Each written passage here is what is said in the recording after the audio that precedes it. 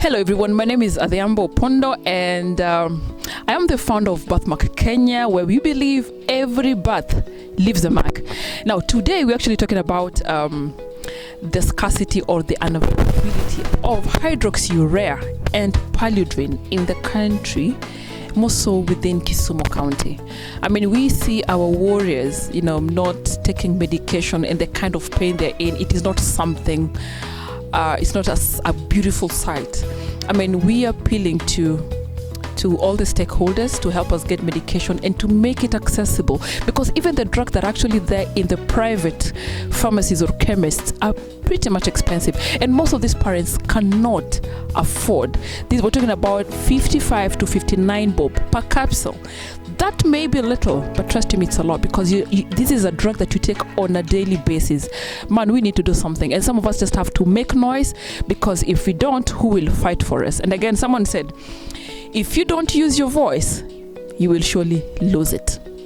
My major concern, as I said, I create awareness on birth injuries, birth trauma, and genetics. And sickle cell is part of a genetic blood disorder. And this mostly affects the people around the lake region, or even at the coast. I mean, anywhere where there's a water body. That means people at the coast. We have people at the western part of this country. And then, of course, we have around Eldoret as well. Now, just the other day, about 2 days ago, somebody called me and asked me if I could get them paludrin, for example. That's proguanil. And I said, okay, let me try. So I walked into one pharmacy after the other, and I was told that paludrin is not in circulation in Kisumu. Then I asked, in Nairobi, they said it's out of order. I think I called a number of pharmacies and they didn't have the drug. And you see, paludrin is very important, especially for people living around the lake, because this is a malaria endemic area, meaning malaria is here, and malaria can really affect people living sickle cell terribly. Malaria affects the blood. When malaria attacks someone living with SCD, the blood levels will go low. And for these people, that would mean a crisis, that kind of pain that we've seen people living sickle cell go through. It's not one of those good things, I can assure you.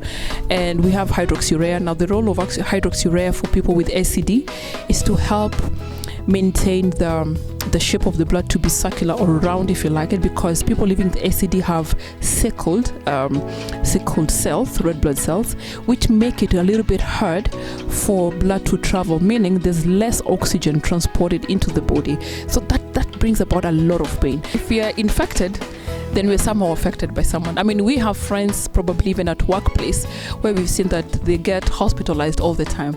So we need to get concerned and get this word out there.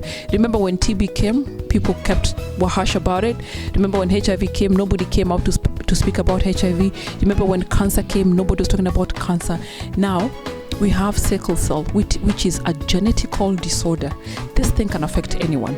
So if you're not properly enlightened, you need to be concerned, because you could be a sickle cell trait carrier, or rather you could be a carrier and you do not know. And then you go and meet a person who is also a carrier. What does this mean? This would mean that you will 100% give birth to a sickle cell child. Of course, there's a biological explanation to it. In every birth, there's 50% chance, there's 25% chance of either getting a carrier or getting a sickle cell disease child, a sickle cell, an SCD warrior. Yeah.